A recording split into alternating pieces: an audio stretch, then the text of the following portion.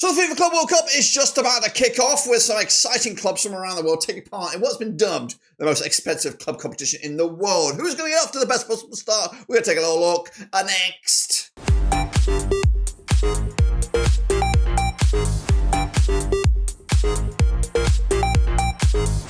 That's right, folks, back once again with another video. Today we take a look at match number 1. Now this is part 2, of course, two-part series. We're going to roll these through over the next few match days before it gets a little bit more condensed. We're going to take a look at the groups, that's E through H in this video. Who am I talking about? Well, I'll tell you in a second. If you know where you've been, smash your subscribe button. Want to subscribe for Blackburn Rovers, World Football, Club World Cup. We got it all here under one roof. That's right, we're going to have non-stop coverage of the Club World Cup, starting with match number 1 all the way through to the final. We've got predictions, previews, we have the cats predicting the stuff. We might even do a few watch-alongs, that's of course another story. Today we're focusing on match number 1, part 2, and we'll get into those in a second. Big shout out to the members and the patrons. You know who you are, and if you want to support the channel in another way, please take a little look down below. That's right. So what we're going to do now, though, is remind ourselves of the clubs that take part in this competition, of course, and tell you which groups they're in. If you just don't know, because we did have a last-minute ad, of course, or a last-minute addition with the exclusion of SC Leon and Mexico. They had to fill that void. That void has now been filled. What am I talking about? Well, I'll tell you, of course, right here, right now. Starting with, of course, a look at Group A. Palmeiras in the mixer there. Porto, Ahli, Inter Miami are in the mixer there. Also, in Group B, we have current, brand new, squeaky clean European champions, Champions League winners, PSG. They're in the group alongside Atletico Madrid, spicy one, that one, Botafogo and Seattle Sounders. Kicking on forward, we have Bayern in Group C with Auckland City coming at you out of down under, Boca Juniors and Benfica. They're also in the Group D. We have Flamengo, we have Espanyol de Tunis, Chelsea, and those brand new entrants there, LAFC, who of course had that play in with Mexicana out of Mexico to see who would fill that void. So LAFC complete the Group D there.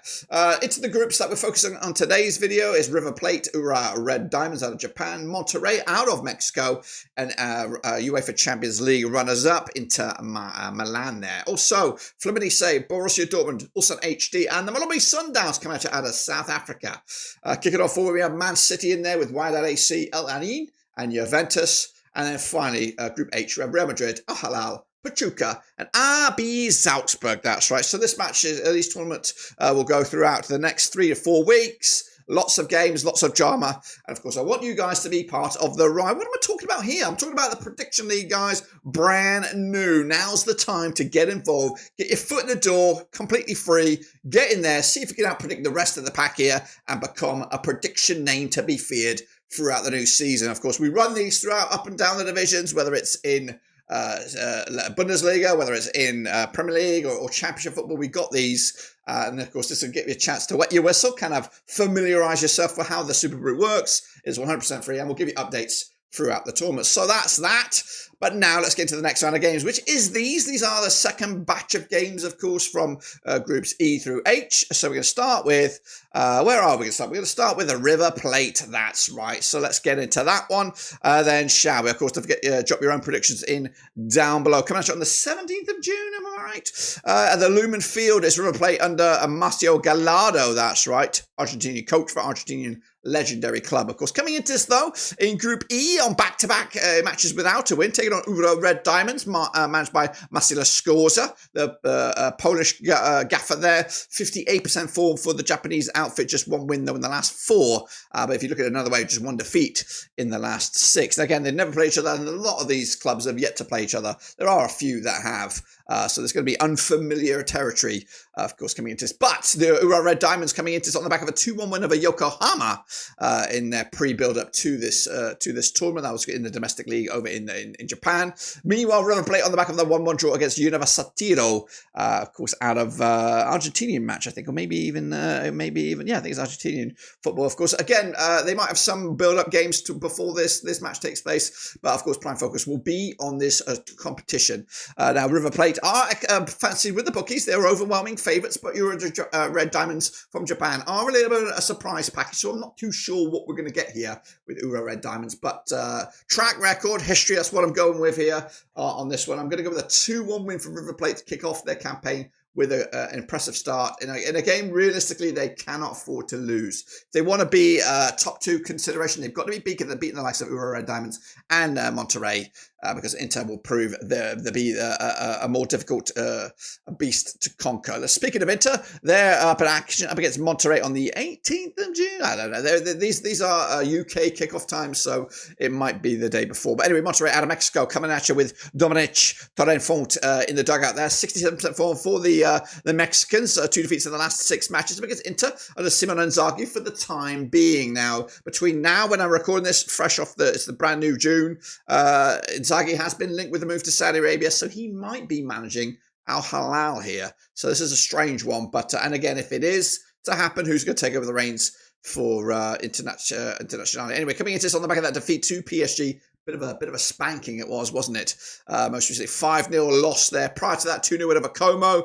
Again, they did lose the Serie A title. Was also not the best climax to the season for Internazionale heading into this. Monterrey also on a bit of a downward spiral here. They did lose to Toluca most recently, and again, we'll have hopes and dreams on this one. Again, just don't know how serious Inter are going to take this. Off the back of that, if they can pick themselves up and win this competition, it might be a feather in the cap moving into the season. But again, dugout concerns, I don't even know. I do still have Inter winning this one 2-0 to take them with the upper hand into match day number 2. Into the next one with Fluminense coming at you out of Brazil, taking on Dortmund, of course, in a very, very bit of a tight one. This one coming to the MetLife Stadium. Fluminense with Renato Gaucho between the dugout there, unbeaten in at least the last 6 matches, 92% form for them. That's winning 4 on the spin. Up against Dortmund, no one, Nico Kovac, who's got a nice little tune out of this Dortmund side here. 6 on the spin for them, including wins over Leverkusen and Kiel at the end of the season. They've actually scored what we're looking at 11 goals in the last 3 matches combined.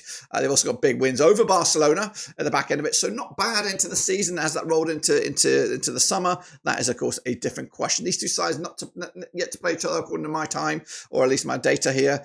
But the Germans are strongest on this one by the bookies. I'm on the fence here. I'm sitting on the fence with a 1-1 draw. Again, just don't know how serious everyone's going to take it. Going to kind of test the waters a little bit. Of course, the first few games of this competition will kind of show if this is more of a kind of a international friendly kind of vibe, or are they going to take it serious and go in with the tackles and put everything on the line. So we'll see. And this one, again, just don't know how to call it.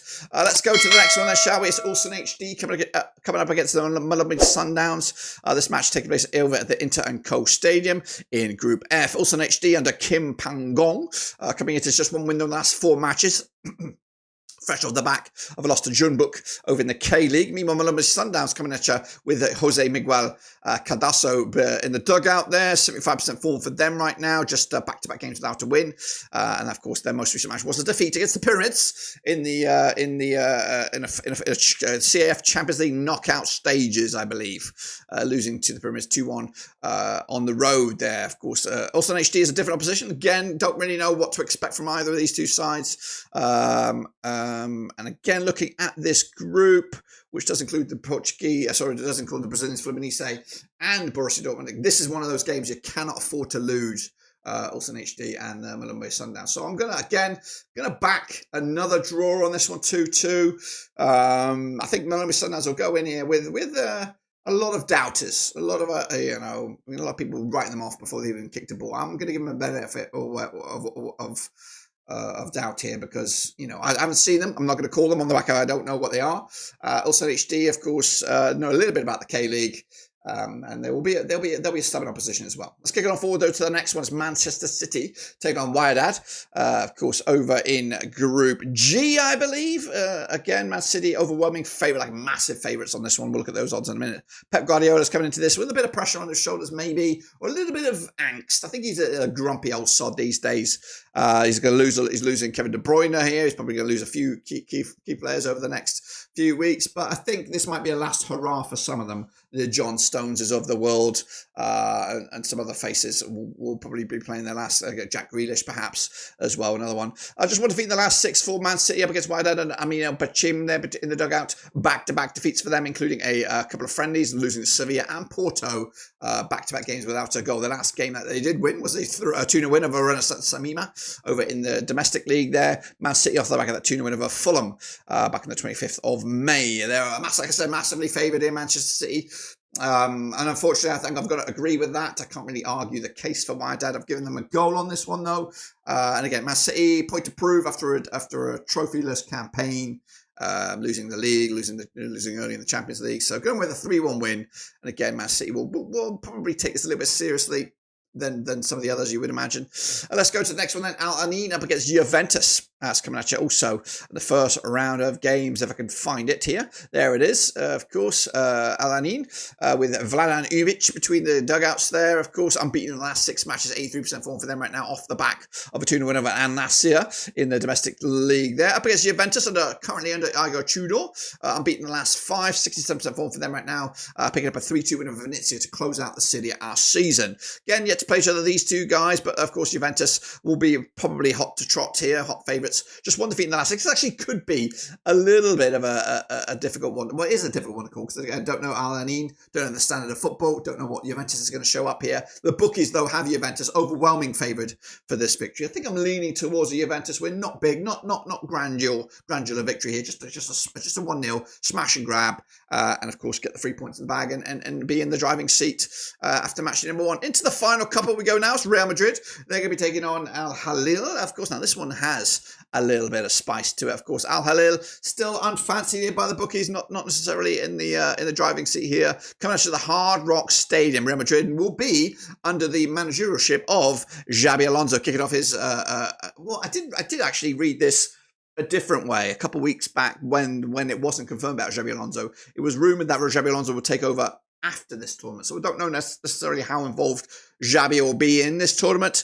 But they're coming into this, of course, on the back of 3 successive wins, just 1 defeat in the last 5. Of course, Trent's going to be there. They paid an extra little bit of cash to have him available for this tournament. And they've actually played Al Hilal just the one time. In recent times, and they picked up a win 5-3 it was back in the FIFA Club World Cup knockout stage back in February 2023, so not too long ago. But since then, of course, Al Hilal's had a bit of a major facelift. Again, another concern about this game is Al Hilal's managerial situation. They're looking to bring in Simon Inzaghi here, so and there's other coaches being linked. Marco Silva, there's a lot of names being linked, and they probably will have a different coach by the time this game goes ahead. Will there be enough time for preparation? Because we're looking at, I'm recording this a couple of weeks ahead of them kicking the ball here, so we'll see. They're coming into this on the back of that 2-0 win though of Al Qadeza in the Saudi Pro League there. Real Madrid on the back of that 2-0 win of Real Sociedad, back-to-back wins, back-to-back clean sheets for them coming into this one. The bookies though give it to Real Madrid, going with that. I'm actually going to sit on the fence here with a 2-2 draw. Again, just don't know even if it is or it isn't Xabi Alonso. Just think first game in the hot seat, kind of just testing the waters a little bit against the Hilal side, who could have a new coach, be re-galvanised for this game, and might just deliver a bit of a surprise. So I'm going with a 2-2 on this one. And then finally, to complete the first round of games, we have Pachuca up against RB Salzburg. That's right, that's coming at you on the matchday number 1 as well. At the where's this going to take place? This will take place at the QQL Stadium. That's right. Pachuca under Jamil Lozano. They're coming at you representing Mexico. That's right. Just 1 win in the last 5 for them. Up against Salzburg under Thomas Letsch. Of course, just 1 defeat in the last 4. 58% form for them as well. Coming into on the back of a 4-2 win over SK Rapid over in the Bundesliga in Austria. As for Pachuca, on the back of a 2-0 loss to America in the, I think that's, what is that here? That's Mexican quarterfinal of the Cup. But of course, but back-to-back games without a goal for Pachuca, which is quite concerning coming into this, representing Mexico. That's right. Bookies do have this one quite evenly spread. They give it to Salzburg, but only just. And again, I just don't know what the heck Salzburg are doing in this competition. But they're here. They're going to represent Austria. They're going to represent, of course, Europe as well. I don't know. I really just don't know on this one. I think I'm going to lean towards a 1-0 win for Pachuca. Of course, the climate, the fans, when you think about a lot of Mexicans will be involved in the stadiums to support their clubs and others in this tournament. I think this will be one of those games that will be quite loud and proud for Mexico. That's it, guys. That's my match number 1 predictions, of course, over the course of 2 videos. And again, don't forget to get your own predictions in using the link for the prediction league, guys. It's, of course, hot to trot. Get in there nice and early and see just how you get on. We'll give you updates, of course, as they go by. We'll be back for match number 2 very soon. Don't forget, we've got previews, watch-alongs, we've got the cat, we've got all sorts of stuff for Club World Cup, non-stop coverage from now to the end of the campaign. But until then, I'll see you soon. Until then, be safe. Keep on predicting. Love you.